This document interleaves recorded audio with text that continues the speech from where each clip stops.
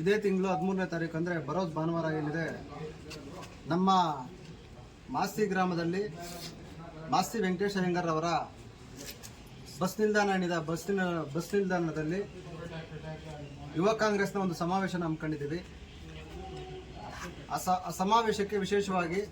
ನಮ್ಮ ಯೂತ್ ಕಾಂಗ್ರೆಸ್ನ ಅಧ್ಯಕ್ಷರಾದಂಥ ಎಚ್ ಎಸ್ ಮಂಜುನಾಥ್ ಗೌಡರು, ನಮ್ಮ ಜಿಲ್ಲಾ ಉಸ್ತುವಾರಿ ಸಚಿವರಾದಂಥ ಬೈರತಿ ಸುರೇಶ್ ಅಣ್ಣವರು,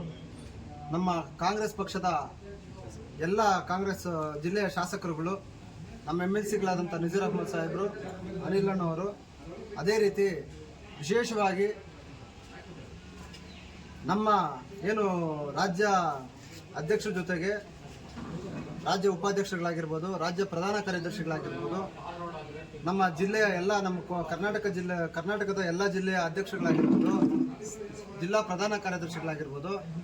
ಅದ್ರ ಜೊತೆ ಏನು ನಮ್ಮ ತಾಲೂಕು ಮಟ್ಟದ ಕಮಿಟಿ ಇದೆ, ತಾಲೂಕು ಮಟ್ಟದ ಪದಾಧಿಕಾರಿಗಳಿದ್ದಾರೆ,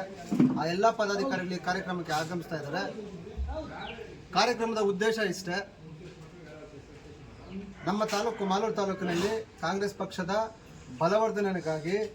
ಮುಂಬರ್ತಕ್ಕಂಥ ಚುನಾವಣೆಗಳಾದ ಲೋಕಲ್ ಬಾಡಿ ಚುನಾವಣೆಗಳಾದಂಥ ZPTP ಆಗಿರ್ಬೋದು, ಗ್ರಾಮ ಪಂಚಾಯತಿ ಚುನಾವಣೆಗಳಾಗಿರ್ಬೋದು, ಮುನ್ಸಿಪಲ್ ಎಲೆಕ್ಷನ್ಸ್ ಆಗಿರ್ಬೋದು, ಅದೇ ರೀತಿ APMC ಚುನಾವಣೆಗಳಾಗಿರ್ಬೋದು, ಈ ಎಲ್ಲ ಚುನಾವಣೆಗಳನ್ನ ಗಮನದಲ್ಲಿಟ್ಕೊಂಡು ವಿಶೇಷವಾಗಿ ನಮ್ಮ ಯೂತ್ ಕಾಂಗ್ರೆಸ್ನ ಕೆಲವೊಂದು ಬೇಡಿಕೆಗಳಿದೆ, ಬೇಡಿಕೆಗಳನ್ನ ಶಾಸಕರ ಮುಂದೆ ಮತ್ತು ನಮ್ಮ ಅಧ್ಯಕ್ಷರ ಮುಂದೆ ಇಡಬೇಕು ಅನ್ನೋ ಒಂದು ಉದ್ದೇಶ. ಅದೇ ರೀತಿ ಒಂದು ತಕ್ಕ ಮಟ್ಟದ ಒಂದು ರಿಸರ್ವೇಷನ್ ಮಾಡಿ ನಮ್ಮ ಯುವ ಕಾಂಗ್ರೆಸ್ನ ಏನು ಪದಾಧಿಕಾರಿಗಳಿದ್ದೀವಿ, ಯುವ ಕಾಂಗ್ರೆಸ್ನ ಮುಖಂಡರುಗಳಿದ್ದೀವಿ, ಅವ್ರಿಗೆಲ್ಲ ಮುಂಬರ್ತಕ್ಕಂಥ ಚುನಾವಣೆ ಉದ್ದೇಶ ಇಷ್ಟೇ. ಏನು ಮುಂಬರ್ತಕ್ಕಂಥ ನಮ್ಮ ಸ್ಥಳೀಯ ಸಂಸ್ಥೆ ಚುನಾವಣೆಗಳಾಗಿರ್ಬೋದು, ಮತ್ತು ಮಾಲೂರು ತಾಲೂಕಿನಲ್ಲಿ ಕಾಂಗ್ರೆಸ್ ಪಕ್ಷನ ಬಲವರ್ಧನೆ ಮಾಡಬೇಕು ಅನ್ನೋ ಉದ್ದೇಶದಿಂದ ಮುಂಬರ್ತಕ್ಕಂಥ ಚುನಾವಣೆ ಏನು ನಮ್ಮ ZPTP ಎಲೆಕ್ಷನ್ಸು, ಮುನ್ಸಿಪಲ್ ಎಲೆಕ್ಷನ್ಸು, ನಮ್ಮ ಗ್ರಾಮ ಪಂಚಾಯತಿ ಎಲೆಕ್ಷನ್ಸ್ ಆಗಿರ್ಬೋದು, ಮತ್ತು APMC ಎಲೆಕ್ಷನ್ಸ್ ಆಗಿರ್ಬೋದು, ಆ ಎಲೆಕ್ಷನ್ಸ್ಗೆ ನಮ್ಮ ಯುವಕರನ್ನ ಏನು ಸಂಘಟನೆ ಮಾಡಿ ಕಾಂಗ್ರೆಸ್ ಪಕ್ಷನ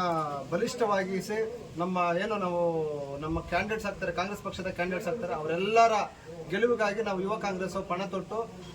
ವಿಶೇಷವಾಗಿ ನಮ್ಮ ಮಾಲೂರು ತಾಲೂಕಿನಲ್ಲಿ ಎಲ್ಲ ಸ್ಥಾನಗಳನ್ನ ಗೆಲ್ಲಲಿಕ್ಕೆ ನಮ್ಮ ಯುವ ಕಾಂಗ್ರೆಸ್ಸು ಸದಾ ಶಾಸಕರ ಜೊತೆ ನಿಲ್ತದೆ ಅಂತ ಈ ಸಂದರ್ಭದಲ್ಲಿ ಹೇಳಲಿಕ್ಕೆ ಇಚ್ಛೆಪಡ್ತೀನಿ.